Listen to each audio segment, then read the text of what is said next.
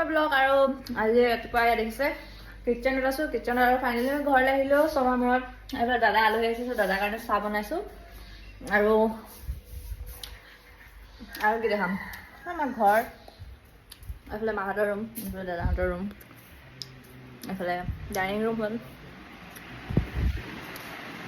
এইফালে আমাৰ মা এইফালে আমাৰ দাদা মানে বহুত দিনৰ চাইবিলাক এদিকে খাব এই বুঢ়া হ'ল আৰু নিজৰ দাদা চুলি পকিলে আৰু এটা মই তামোল খাইছোঁ তামোল দেখিছে ঘৰত মানে গোটেইবোৰ কি ক'ব দোকান আছে ন দোকানৰ মানে গোটেই বস্তু পূৰা মানে ফুল হৈ আছে ঘৰতে মানে বস্তুবোৰ থোৱা হয় ওপৰত মানে এতিয়া গোডাউন বনাই আছে গোডাউন বনোৱাৰ কাৰণে গোডাউন যেতিয়ালৈকে বনোৱা নহয় তেতিয়ালৈকে বস্তুবোৰ ঘৰতে থ'ব আৰু যাবলৈ হ'ল আৰু ঘৰৰ পৰা 10 দিনমান থাকিলোঁ আৰু ভিডিঅ' কেইদিন দিয়া হোৱা নাই কাৰণ ব্যস্ত আৰু ঘৰতে জানে আৰু ঘৰত আহিলে চবেই ব্যস্ত হৈ থাকে ভিডিঅ'টো ইয়াতে শেষ কৰিছোঁ বাই বাই